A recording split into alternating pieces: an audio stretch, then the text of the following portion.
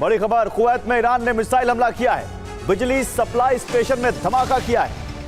पानी साफ करने के प्लांट पर हमला किया है। वाटर डिसैलिनेशन प्लांट पर यह हमला हुआ है। तो शांति की बातें सिर्फ एक छलावा थी। दुनिया जिसे युद्ध विराम समझ रही थी, उसे ट्रंप ने अपनी सबसे बड़ी चाल में बदल दिया। अमेरिका ने ईरान पर ऑपरेशन ओवरलॉर्ड का वो चक्रव्यूह रचा है जिसमें फंसकर तेहरान की कमर टूट चुकी है। सड़कें राख हो रही हैं, पुल मलबे में तब्दील हो रहे हैं और ईरान के तटीय इलाकों की रसद कट चुकी है। यह महज बमबारी नहीं बल्कि एक सुनियोजित डी-डे की तैयारी है। ट्रंप का मकसद सिर्फ ईरान को परमाणु बम बनाने से रोकना नहीं बल्कि स्ट्रेट ऑफ हॉर्मुज पर अमेरिका का झंडा लहराना है और इसके लिए द्वितीय विश्व युद्ध जैसा एक प्लान बनाया है। क्या है ट्रंप का यह नया ब्लूप्रिंट? आइए आपको इस एक्सक्लूसिव रिपोर्ट में दिखाता हूं। इसी वजह से पिछले 8 दिनों से ईरान में विध्वंस मचाया जा रहा है। बीती रात भी केश्म, बंदर अब्बास, सिरेक, हॉर्मुज और लराक द्वीप पर हमले हुए। ईरान में अगर कहीं सबसे ज्यादा बमबारी की जा रही है तो वो हॉर्मुजगान प्रांत है। ट्रंप ने इसे ऑपरेशन ओवरलॉर्ड नाम दिया है, जिसमें ठीक वैसे ही हमले किए जा रहे हैं जैसे दूसरे विश्व युद्ध के दौरान जर्मनी पर मित्र देशों ने हमले किए थे। तब जर्मनी के कब्जे वाले फ्रांस के तटीय इलाके पर कब्जा किया था। इस दौरान फ्रांस के अंदर के इलाकों पर हमले किए थे, जिससे जर्मनी ने सारी सेना हमलों की जगह लगा दी। इसका फायदा मित्र देशों की सेना ने उठाया। सैनिक जर्मनी के कब्जे वाले फ्रांस के हिस्से में घुस गए। 6 जून 1944 को मित्र देशों की सेनाओं ने जर्मनी के कब्जे वाले फ्रांस के नॉर्मैंडी तट को कब्जे में ले लिया। ऑपरेशन ओवरलॉर्ड को मानव इतिहास का सबसे बड़ा समुद्री हमला माना जाता है और ट्रंप ईरान में ऑपरेशन ओवरलॉर्ड शुरू कर सकते हैं और इसके लिए छल नीति का इस्तेमाल कर सकते हैं।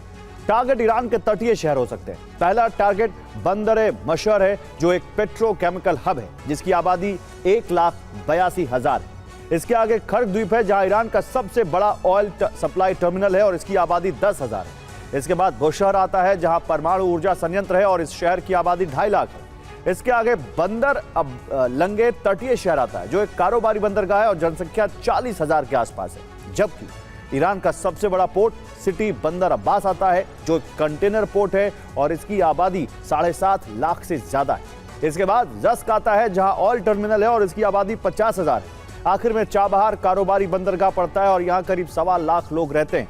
अमेरिका इन सभी तटीय शहरों पर कब्जा करना चाहता है और इसके पहले ईरान के अंदर के शहरों पर वो इसके लिए हमला करेगा जिससे ईरान का ध्यान भटक जाए और तभी अमेरिका के सैनिक पैराशूट और बोट से इन इलाकों पर कब्जा करने पहुंच जाएंगे।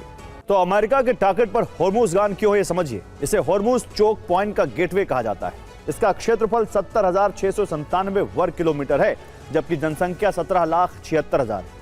अब समझिए कौन से अहम ठिकाने जहां अमेरिका हमला कर रहा है। पहला है बंदर Abbas naval base, IRGC facility, missile drone command centre, underground missile city, naval logistic centre, radar surveillance site. यहां से कई द्वीपों पर बिजली सप्लाई होती है। अमेरिका के हमलों से वो रुक गई है। वो द्वीप हैं केश्म, हॉर्मुज, लराक, अबू मूसा, बड़ा तुंब और छोटा तुंब। अमेरिका को इंतजार मौसम ठंडा होने का है, जिसके बाद वो सितंबर में ग्राउंड ऑपरेशन शुरू कर सकता है। तो अब तक अमेरिका दूर बैठकर मिसाइलें दाग रहा था, लेकिन अब ईरान के सुप्रीम लीडर मुस्तफा खामनेई ने अमेरिका की सबसे बड़ी ताकत को मटियामेट करने का चक्रव्यूह तैयार कर लिया है। ईरानी संसद ने खुलेआम दावा किया है कि वो कुवैत और इराक में मौजूद अमेरिकी सैन्य अड्डों पर कब्जा करके उनके सैनिकों को बंधक बनाने की स्थिति में। इस रणनीति के तहत ईरान ने कुवैत को अपना प्राइमरी टारगेट बनाया है और वहां भीषण हमले किए।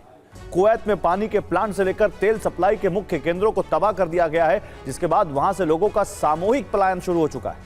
अपनी योजना को कामयाब बनाने के लिए ईरान पिछले 2 दिनों से इराक में मौजूद अमेरिकी और कुर्द ठिकानों पर भी लगातार बारूद बरसा रहा है।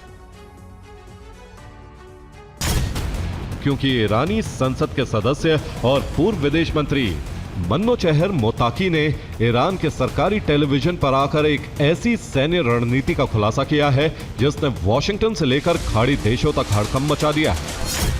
मोताकी ने खुलेआम दावा किया है कि ईरान के पास इराक, कुवैत और बहरीन में मौजूद किसी भी अमेरिकी सैन्य बेस पर सीधा जमीनी हमला कर दें और उस पर पूरी तरह कब्जा करने की अचूक रणनीति और क्षमता है।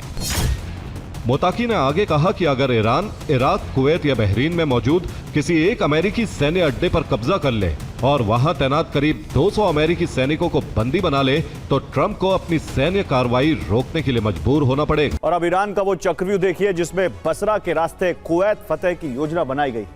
ईरान के ठीक पश्चिम में इराक का बसरा प्रांत है। बसरा से कुवैत की उत्तरी सीमा की दूरी लगभग 45 किलोमीटर है।